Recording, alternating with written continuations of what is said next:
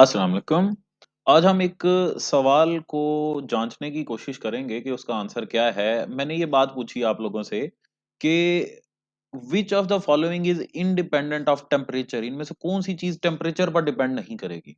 तो ये देखें, ये है आपका वेपर प्रेशर ऑफ सॉल्यूशन, ये है वेपर प्रेशर ऑफ सॉल्वेंट और ये है लोवरिंग ऑफ वेपर प्रेशर, मतलब जितना वेपर प्रेशर लो हो रहा है, चेंज हो रहा है, और ये है आपका relative lowering of vapour pressure.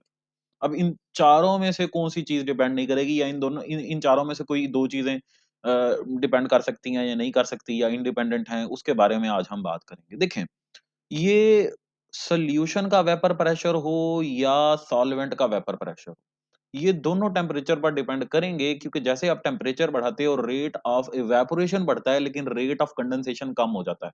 जब रेट ऑफ इवेपोरेशन बढ़ेगा, रेट ऑफ कंडेंसेशन कम हो जाएगा, तो उस क्लोज्ड कंटेनर में ज़्यादा वेपर्स होंगे और ज़्यादा वेपर ज़्यादा प्रेशर एक्सर्ट करेंगे, ठीक है? तो ये दोनों तो इस चीज़ का आंसर नहीं हो सकते, ठीक है? अब हमारे पास ये 2 चीज़ें बच गई कि भई एक लोवरिंग ऑफ वेपर प्रेशर और एक relative lowering of vapour pressure. अच्छा देखें, हमें रूल्स लॉ से ये बात पता है कि लोअरिंग ऑफ वेपर प्रेशर जो है वो डायरेक्टली प्रोपोर्शनल होती है मोल फ्रैक्शन ऑफ सॉल्यूट के, ठीक है? और ये कब होगा? ये सिर्फ तभी पॉसिबल है जब ये चीज़ हमारे पास कांस्टेंट हो। डेल्टा पी या यानी ये पी नॉट, ये आपका जो सॉल्वेंट है उसका वेपर प्रेशर कांस्टेंट हो। अब मुझे बताएं, अगर आप टेम्परेचर बढ़ा रहे हैं तो क्या ये कांस्टेंट होगा? भई टेम्परेचर अगर बढ़ रहा है तो it is not a constant. ये तो सीधी-सी बात कही जा सकती है, ठीक है? तो क्या जब टेम्परेचर हम चेंज कर रहे हों तो ये इक्वेशन काम नहीं करेगी? हम एक तरीके से इस इक्वेशन से काम ले सकते हैं कि अगर हम ये कहें कि देखें, हम टेम्परेचर बढ़ाएँगे लेकिन मोल फ्रैक्शन ऑफ सॉल्यूट जो है वो कांस्टेंट रखेंगे। अब कांस्टेंट ऑफ प्रोपोर्शनैलिटी क्या बन जाएगा? ये आपका मोल फ्रैक्शन ऑफ सॉल्यूट। तो अब टेम्परेचर बढ़ाने से ये पी नॉट भी बढ़ेगा और ये डेल्टा पी भी बढ़ेगा। ठीक है?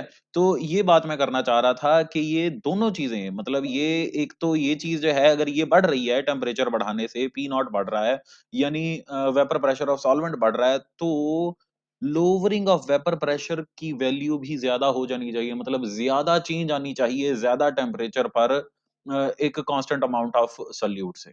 अच्छा, अब हम इस इक्वेशन को रीअरेंज कर लेते हैं, मतलब ये है, अब ये वाला ऑप्शन भी जो है ना हमारा रूल आउट हो गया, क्योंकि टेम्परेचर बढ़ाने से ये पी नॉट बढ़ रहा है और पी नॉट के बढ़ने से डेल्टा पी भी बढ़ रहा है। ये बात तो क्लियर हो गई। अब हम देखते हैं कि भई ये delta P over P not जो है, यानी relative lowering of vapour pressure, ये चेंज होगा या नहीं? इस इक्वेशन को बस आप रीअरेंज करें तो आपके पास क्या आ जाएगा? Delta P over P naught, this is what we call the relative lowering of vapour pressure. अब ये देखें, अब हमारे पास ये x2 था बढ़ते हुए टेम्परेचर के साथ constant of proportionality. Now if this is constant, तो इन दो चीजों का जो रेशियो है उसे भी कांस्टेंट रहना चाहिए ना। अब ये देखें, रेशियो में अगर न्यूमरेटर भी बढ़ रहा है और डिनोमिनेटर भी बढ़ रहा है, जब दोनों चीजें बढ़ रही हैं तो रेशियो को कांस्टेंट रहना चाहिए। तो इसलिए हमारा जो करेक्ट आंसर होगा वो ये होगा। और बहुत सारे लोग यहाँ पर ये गलती करते हैं, वो ये कहते हैं कि भाई ये जो चीज़ है आपकी लोअरिंग ऑफ वेपर प्रेशर, ये भी टेम्परेचर डिपेंडेंट नहीं होगी, but this is temperature dependent. ये बात मैं आप लोगों को समझाना चाहता था इस वीडियो की मदद से। अगर आप लोगों को ये बात समझ आई हो तो कमेंट करें, थैंक्स। और अगर समझ नहीं आई और आपको इस बात से कोई इख्तलाफ है तो मुझे बताएं कि क्या इख्तलाफ है। I will help you to understand it in a better way, inshallah. Okay, Allah Hafiz for today.